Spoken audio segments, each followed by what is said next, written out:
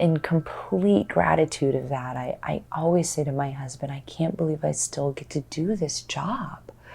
He's like, you're never going to retire. And I was like, I'm never going to retire.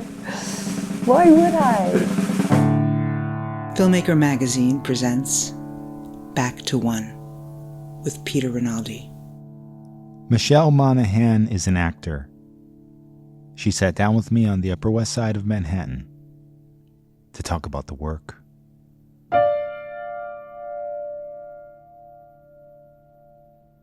I worked with a lot of wonderful directors, and one director in particular who I loved for many reasons was Cary Fukunaga, and he was the kind of director. Some people will say to me, "What do you think what's the best characteristic in a director?" And I've thought long and hard about it, and I really appreciate a director that has a strong vocabulary, because he would come in for moments, and whether it was just specific to me or, because every actor has their own process, but he would just come in and give me one word. Wow. And it was really powerful, because it didn't have to be a long conversation. Yeah.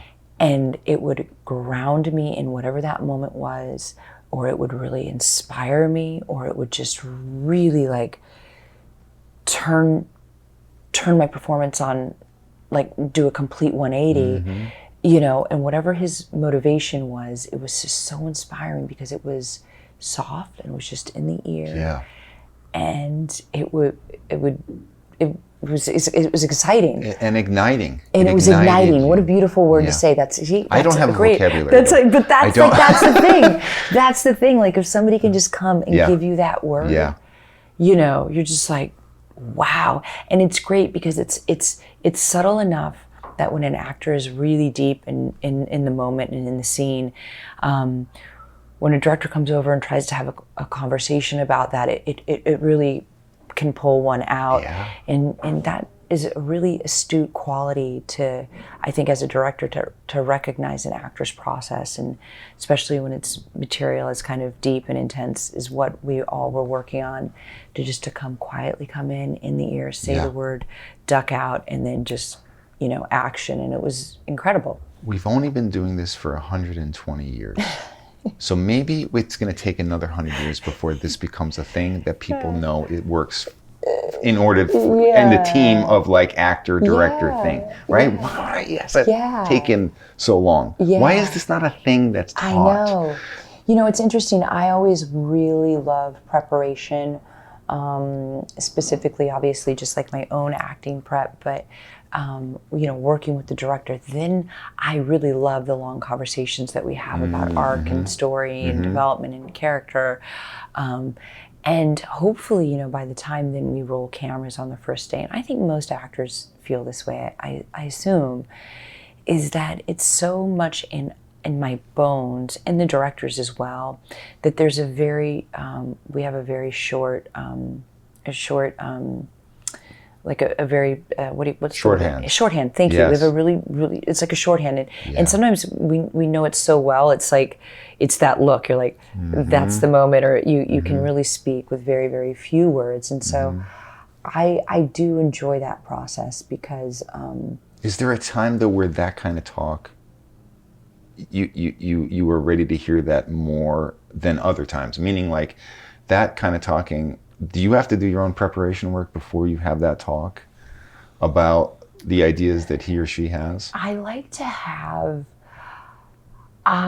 will come in with very strong instincts upon reading something for the first time. I'll know if it's something that I want to dive into, and I can identify exactly why I want to do it very, very quickly.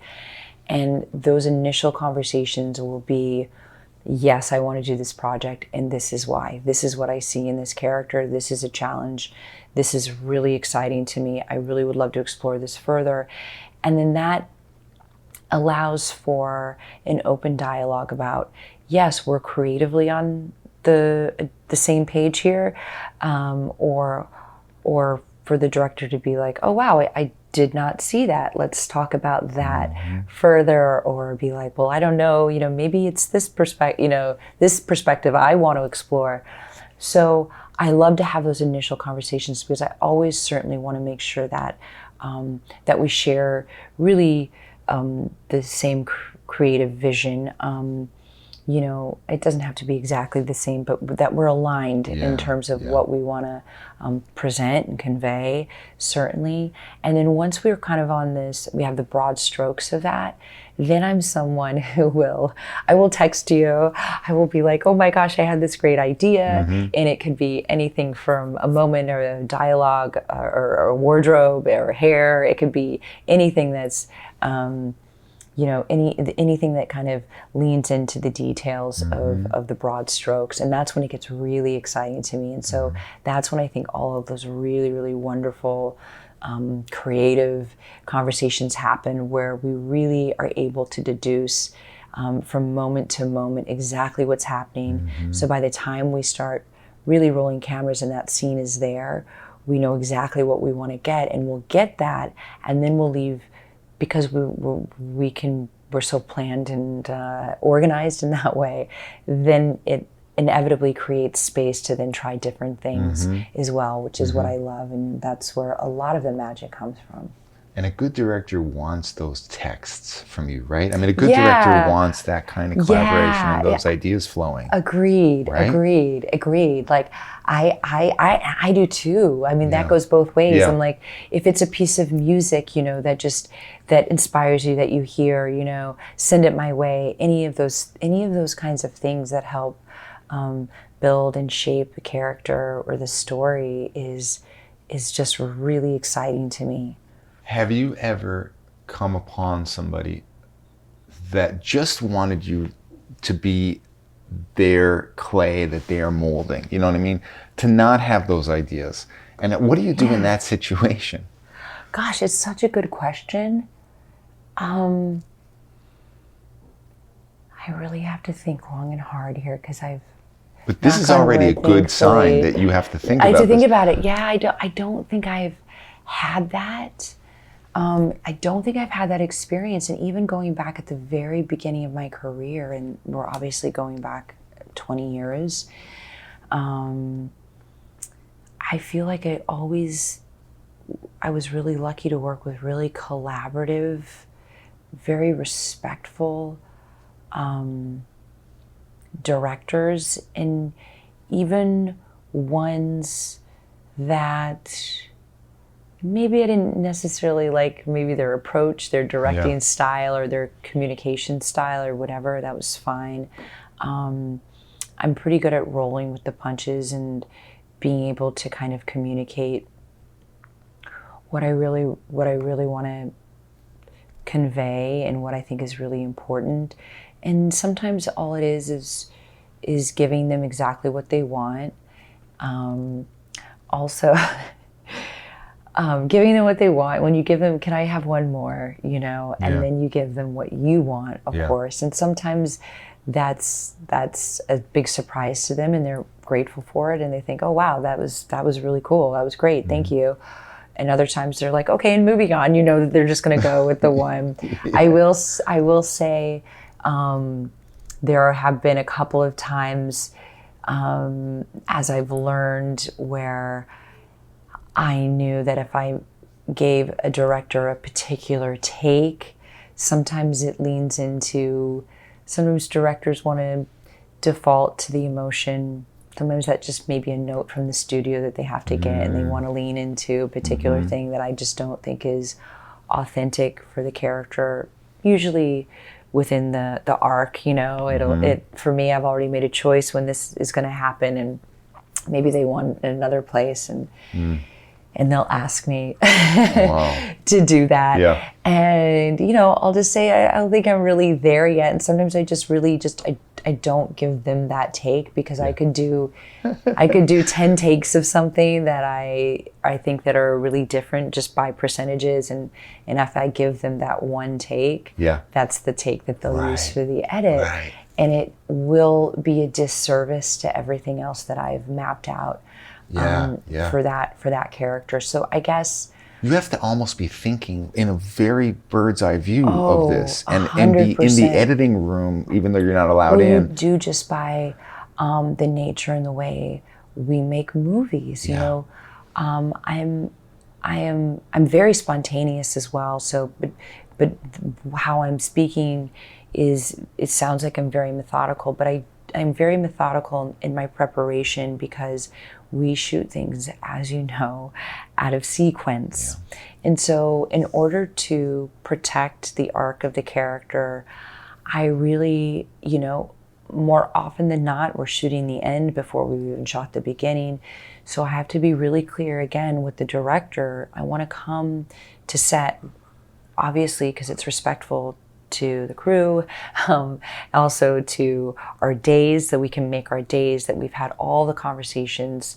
You know, we've had a pregame about it, so to speak. You know, so on the day, you know, we are very clear about what's happening when it's happening, and so I always look at it as bookending a moment, and so I don't necessarily mind if we shoot the end at the beginning or anything like that, because then I feel like I've established a bookend. So then you can just drop me in at any moment in time, and I know what I need to build into or what I need to build from. And I enjoy kind of putting the piece of the puzzle together.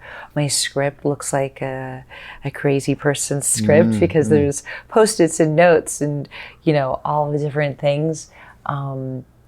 It's like I sort of create for lack of a better term, it's like a Bible for each of my films, you know. But if I don't have that, I'm very, very lost without it.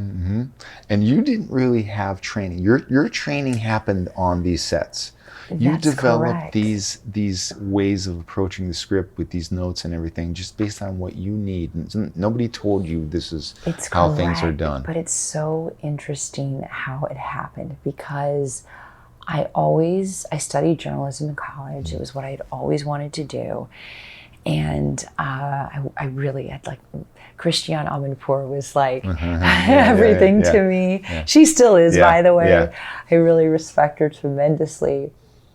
And I grew up in a home that really, we were constantly talking about current events. And I think, oddly, like, when looking back, whether my folks taught it to me, it was probably a combination of my folks and also reading a lot and watching the news, that there's something fascinating about and important about putting yourself in other people's shoes. That was something that was really, really, my folks lived by that. We took in foster children.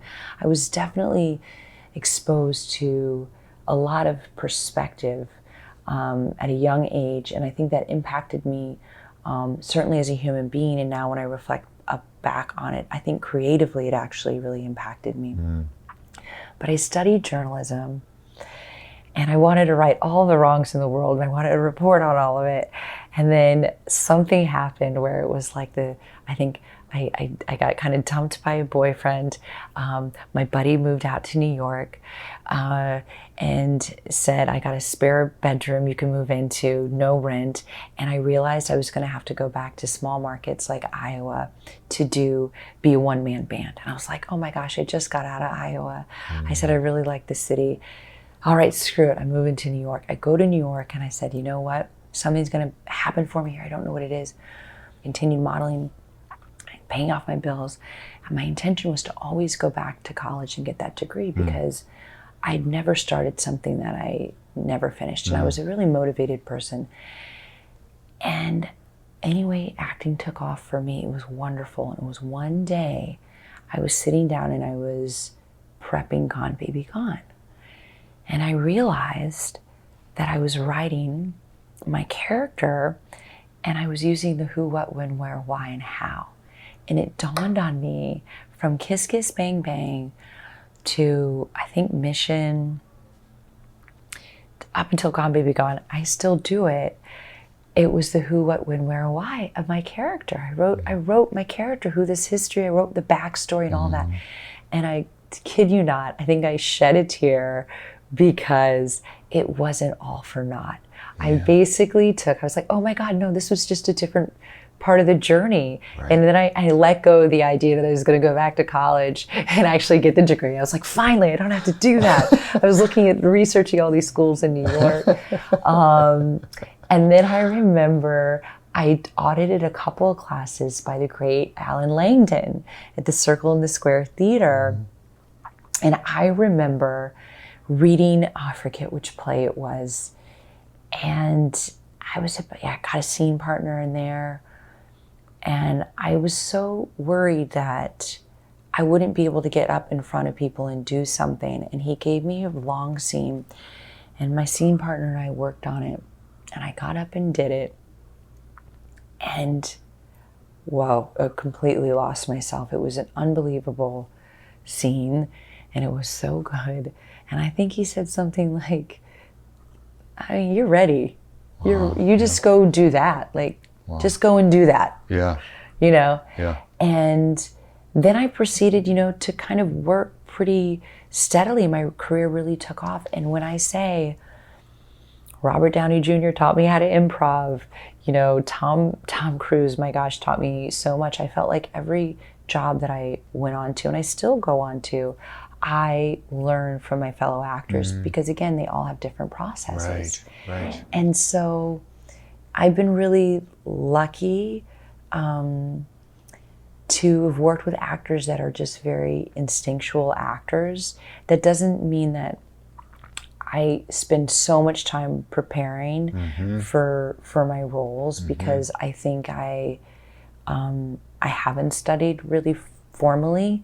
So I have to really, it's my double time, right? Is to really like learn what if I'm a truck, I played a truck driver in a movie, and I was like, well, I told the director, I was like, listen, I love this movie so much, but I'm gonna have to go get my driver's license to do it. And he was like, no, you don't have to. I was like, no, I actually really have to, and I did. And I'm so grateful that I did because it informed my performance. It's one of the roles that I'm most proud of. And I was like, the deeper I go in the work, and like I said, putting myself in someone else's shoes, the better that I am at doing that, the better the work will be. Yes. And I think I just put on that movie again last night, Trucker. Oh, you did? Yes. Oh. And I think it matters. I think I would know if you didn't know how to drive that fucking truck. I would know. That's right. And I'll tell you what, I'm so glad you swore. I love those fucking women, those lady truckers so much. Yeah. Oh my God. Talk about a livelihood that very, very few people know about. And I got to go on short hauls with these women. They really took me into their cabs, literally and figuratively, and the things that they shared with me, the struggles, the challenges, but the pride that they have in being a lady trucker, and how I think the rest of the world perceives that.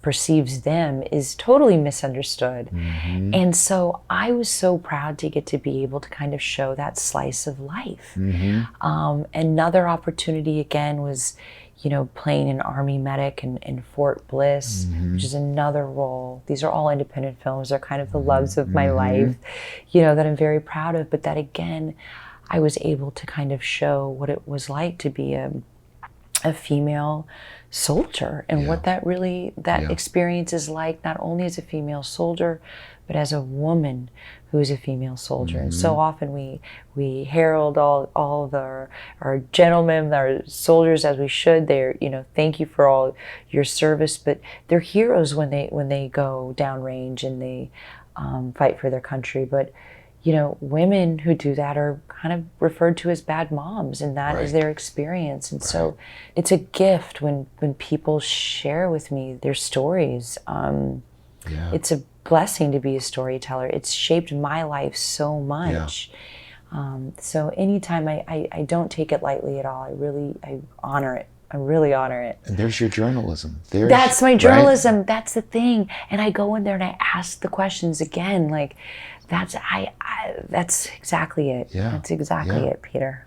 But you didn't, even with Kiss Kiss Bang Bang, you had a way of seemingly understanding the camera. Or maybe this is just natural. Like, why did, and it's really noticeable on Trucker. When I say noticeable, I'm like, you just know this person understands the camera. Yeah. You had that on Kiss Kiss Bang Bang. Was this just natural? You know why I think it was, why I felt comfortable, is because I had a background of modeling. Oh, so and this is so interesting too about my modeling days, because obviously they're two very different creative mediums, but whenever I modeled, I would be going into some kind of character, right? Whatever the outfit was or whatever. And I always felt like I embodied it. It was like you hold your body differently this way. You just inevitably do that. Now, of course, with modeling, you're generally looking down the barrel, right? And you're for the camera. But I had a lot of body awareness because of that. Also grew a real thick skin, so it prepped me really nicely for an inevitable, all my experiences in Hollywood that would be forthcoming. So I think that I just knew I knew where the camera was. The tricky thing was for me learning my mark, like learning where to, knowing that I had to stop there, can't look down. Those were my challenges. But as far as the camera, I was very comfortable with seeing it. I was comfortable always with like the crew around. I think that's just because I had years of experience working. But it's funny, I want to go back and watch Kiss Kiss Bang Bang because I haven't seen it since it came out. And in particular, this time of year now, people will mention Kiss Kiss Bang Bang a lot to me because now people consider it a Christmas film. I was going to say, is it? It's like a Christmas movie. Oh my God. They're like, I always watch it around Christmas time. And I'm like, oh my gosh, I guess it was kind of a Christmas time. But that movie, boy, did that just, Robert and Val were so extraordinary to me, as was Shane. It shaped me so much as an actress. They talk about giving me encouragement. Robert and I would be driving to a different set, and he would share with me some of the craziest stories of himself, kind of growing up. And at the same time, he would really give me a lot of encouragement. Be like, you've got something special. Just keep doing what you're doing, and just stay humble. Stay, he was really he was a mentor. He taught me how to improv. I had no idea what that was, so that was interesting. And he was just a very respectful guy, an actor, and as all of them were. As Val is still a friend today. So I was lucky that it informed so much of my early experiences. And then shortly after that, I got the role of Julia Hunt, of course, and that was another experience that I learned so much on. And so I feel very, very, very lucky about that. And, talk about a guy who knows how to work the camera and it was amazing. It was amazing. Because you have a career that's filled with a lot of big movies and a lot of small movies. It's, are there elements to the large set that you wish were imposed on small sets, and then vice versa? What are some of the things that you wish that they could trade? That has a lot to do, I think, with the director, because the director obviously always sets the tone. I really love the intimacy of a small film. I just do. I love 1, 2 cameras. I like a small crew. I like the large ones too. I make friends with all of them, but there's just something really intimate about, and my independent films that I've done have been mostly dramas, so I think that lends itself to the intimacy and the camaraderie and the really tight collaboration. Also, the independent films that I've done have been generally with first-time directors, and I really appreciate that collaboration working with a first-time director. It can be challenging, of course, but I think there's a certain level of respect in each other putting their best foot forward and really cultivating a trust together and really developing it really from the ground up, which I love. And that's when I say, when it's like, sometimes it can be like a little a wink or a nod or like a hand gesture, where it's like you've developed it and cultivated it and nurtured it so much, like we know it like the back of our hand. I love that. Those films are hard to walk away from. They're hard to let go of because they feel like they're really a part of my soul. But I love also like a big movie set, because I'm a lover of film and I'm in awe of the process. Yeah. I'm in awe of everybody that comes to work and does what they do so that we can go and do what we do best.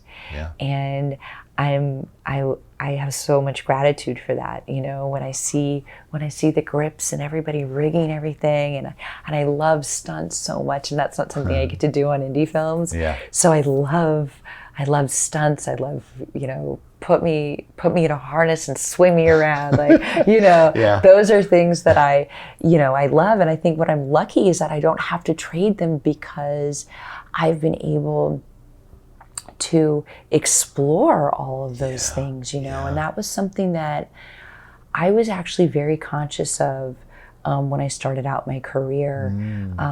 It's easy, of course, in Hollywood. I'm not the first actor to say, most certainly that you start to do a genre and they're like, you know what, she's really great in romantic comedies. Right. Let's just do that. And I was really, really conscious, fortunately as well, with my agent, who I'm still with today, and that we just made really, strong choices about exploring and really pushing myself as an actor to kind of do the drama and do the comedy and go and do the action film. They were easy choices for me because they all really are representative of the qualities of who I am.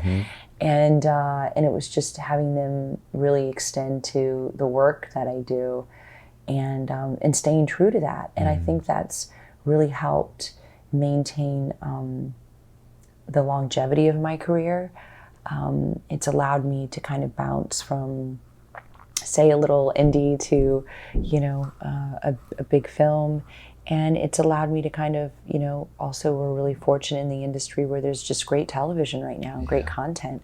And to be able to kind of, explore all of that as well, and all the great opportunities that exist there. That's right. I just saw The Family Plan last night. It's so much fun. It's such a fun movie. My first question, I'm scared of this question. Okay. This has nothing to do with you. Okay, but great. I need to know this. Yeah. Is that baby real? Yes. Yes. That is not a real baby. Yes, it's twin girls. Oh, everything real baby. I thought this is the first AI actor. No. Can you believe it? No, it's real. And not even that. And what's even more remarkable is that we had twin girls, and one of the twins is 90% in the movie, because the other twin was like, I'm not having it. She's like, you know how twins can be very different? Right? Well, the one twin was like very much an empath and just didn't energetically like all the commotion and all the people. And it was just like every time she came to set, she was like, no, thank you. And the other one was like, yay, we're on set. And then, we really bonded, of course. And her name is Ileana. They're both just beautiful. What a beautiful family. Their folks are beautiful. But I will say the only time I think that there was face replacement was when Mark was doing the supermarket scene, of course, and they couldn't, there's things flinging and stuff. But she was a part of that scene for quite some time. And then, of course, when the things started to get flung, they removed that, and they put face replacement with that. But the rest of it, she was there. And in fact, initially, as you can imagine, you know, you're like, okay, you're a part of our family. She's like, I want nothing to do with this family, you know? So it was really, really up to us. And I got to tell you, I got to hand it to the older kids because they became fast friends. They really took that process on, was just like playing with her, putting on music. And then we all started to bond. That's amazing. And so those reactions are real. Like the funniest moment is like when he's telling us in the hallway of the casino, and he's like, I used to be an assassin, and now these people are all set out to get me. And then all she goes, like literally, that was a real moment. And we stayed in that moment, but then they cut. And we were like, Ileana, that was amazing. And she was like, you know, but it was so incredible. And I was asking a pal last night, I feel like I haven't seen a movie like that since like Look Who's Talking, maybe. Where there's so much baby so much baby. And the baby steals the show. The baby steals the show. It's a fantastic, it's amazing. It's amazing. Yeah.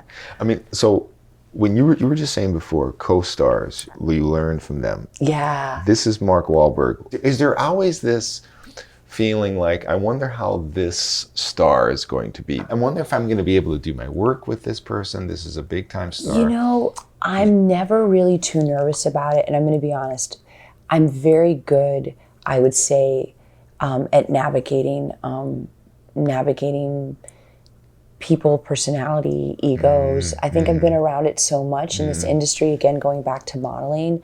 I'm because at the end of the day, even if I'm like, this person exhibits kind of qualities that I'm like, well, that aren't ideal or something, my values or how I kind of operate, there's always qualities that I enjoy about a person as we do. And for me, those are the things that I just lean into, because at the end of the day, I want to have a great working relationship, because it's me as well, you know? And so it's important to me to find that common ground, however it is. Certainly not at the expense of my sanity and in any kind of disrespect, but you know, I've been really lucky. I haven't really encountered anything that's been so difficult to navigate. And I was really lucky with Mark, to be honest, because Mark and I worked together briefly on Patriots Day. Oh, yeah. We played husband and wife. We didn't actually have a lot of scenes together, but the scenes that we had were really beautiful and really impactful. And that was when I first met him, and he was so respectful, and obviously it was just such an intense subject matter, and of course tonally completely different from what we were doing here. But when he basically called and they offered me the opportunity to work with him again, I jumped at the chance because I knew I was going to have a great time with him. One of the things that I really most admire about Mark as a performer, and I was so excited because it was comedy, and I hadn't done comedy for a long time, so I was excited to kind of dabble in that again. And he has great comedic timing, and we have great chemistry together, but I really respect his work ethic, and he's really dedicated and he's really focused. And why this is so important to me, because it kind of goes back to what I was saying earlier, is like when you're prepped, when you really know your lines, like the French scene, the German, like all of those things, what you do is just create time and space to then improv and have fun and do all those things. And those are things that are inevitably, you may not use them on the day, but what they do is they inherently bond you. And that is really important to filmmaking. Yes. It's so valuable because then you trust each other. Yes. And so when you have an environment in which you can play and you can make a fool out of yourself and do something, and you laugh and you have fun, that is invaluable. And so he's punctual, you know, he's there on time, we get it, we get what's on the page, we have fun doing it, and then we get to explore other things. And that is a process that I really, really appreciate. That's so cool. You said something once when you were talking about acting. You said, this profession has allowed me to grow as a woman. So that was about 10 years ago. Yeah. Is that something that you value in the work that you have given your life to, Yeah, this aspect of it? 100%. I have grown so much personally, navigating this industry, navigating my space within this industry. I'm really proud of my career. I'm proud of how I've navigated it all these years. I'm proud how I've advocated for myself, as we all have to within whatever respective industry that we're in. As a mother, I'm really proud that for my family. And, as I was saying, creatively for me, I grow every time I get to put myself in some other woman's shoes. Like, it's a really, really special. And I really have to give a shout out to my husband, because I get to grow and I continue to get to do this because I have the most supportive partner on the planet that values me and sees how much I value my work. And somebody asked me a question the other day. They're like, as a mom now, and this was fair, they asked Mark as well, as parents rather, do you find that you make different choices as a parent? And I said, I don't, because as an artist, I want the world to be my oyster. It's so important to me to be able to explore all these different facets of myself, and challenge myself, and do work that excites me. And I never feel compelled to have to make a creative choice because of my family. However, when family comes very, very much a part of the process and the decision making, is when I have to look at my husband and we say, okay, how long will this take me away from the family? Can we build in, the weekends and the time that I don't miss the birthdays, and I don't miss the dance competition, or I don't miss your, and if we can carve those things out, and typically we can figure it out, thankfully, then I get to go and do what I love, and do the things that make me grow. And I'm in complete gratitude of that. I always say to my husband, I can't believe I still get to do this job. He's like, you're never going to retire. And I was like, I'm never going to retire. Why would I? One of the things that I really think that will ultimately help me grow as a person, and of course I'm going to put it out there because I'm in the city, is and I'm exploring opportunities all the time to achieve this. But I really want to do a play, and that is something that is really I'm passionate about. I don't feel like my career will feel complete without it. I am so in awe and envious and appreciative of actors who are on stage. Honestly, I saw a show the other night, and it was a comedy with Josh Gad, and I was just smiling and giggling the whole time, but it made me emotional because I think it's just such a gift what actors give audiences day in and day night. And I want that. It sounds weird to say, but it's not. I just want that human experience. I want that it's not the validation or the gratification, but I want that circular experience and that feeling. And I just think, don't get me wrong, it's going to scare the shit out of me. But it's going to be the most fulfilling experience I think I'll have probably ever done for, as an actor. Michelle Monaghan, I want that for you, but mainly I want that for me. Oh, thank you. Okay. Thank you for coming here. I appreciate this so much. Thank you so much for having me. This is an absolute pleasure, and you just kind of made my day. So thank you. Back to One is a production of Filmmaker Magazine, which is a publication of The Gotham, formerly IFP. Listen to back episodes of this podcast at filmmakermagazine.com or wherever you get your podcasts.